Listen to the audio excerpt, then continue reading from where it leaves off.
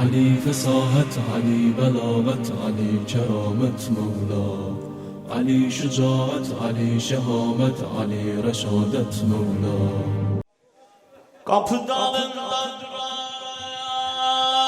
hamile bir öğret idi. Kapını yandıran 300 nefer cemaat idi. Ne cüretler deyim olsa kapı geldi hurmadan. Ne halet gör tapar düşse ota bidade dadem.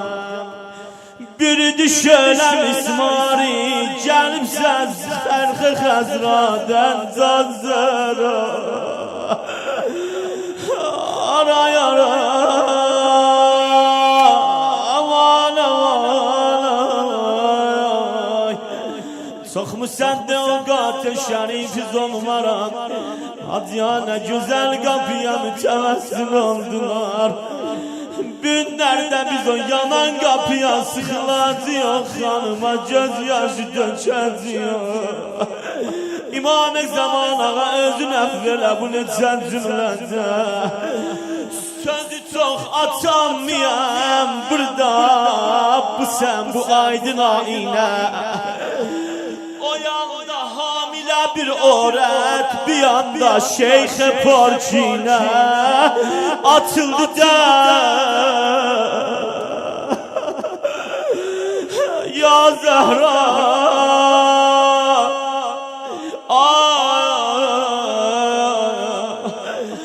acayip ameli, acayip behzat şelalende eğer bilip bu cümleni dünyanın əvəz eləsə insaf eləmək.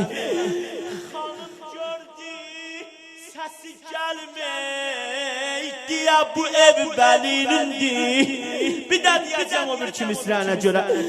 Hanım gördü səsi gəlmək diye bu ev bəlinindir.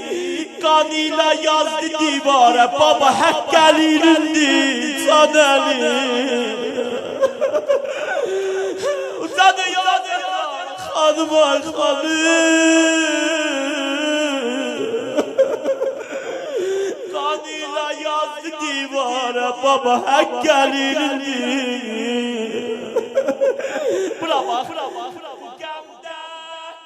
bu qəmdəşki əyyanı mürtəza heysine dağlarlar. Sadat havuzdan üzlüyəm. Bu qəmdəşki əyyanı mürtəza sine dağlarlar. Olsun dedi Fizzə imamı beylə saxlarlar. Xanım layətlər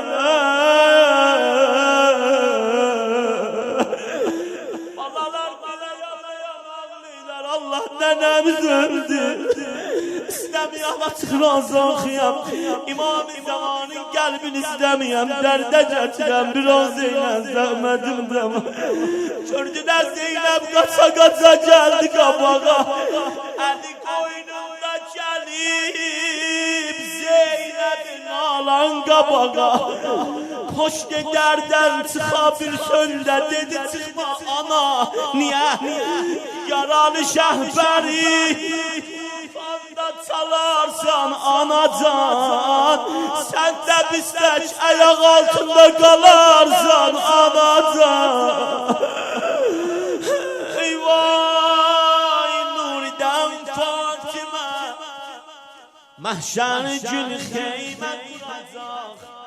Qanlı bir köynəklə qırmızı pərçəm tutacaq. Qədri məcnulən xanım bir uca yerdə duracaq.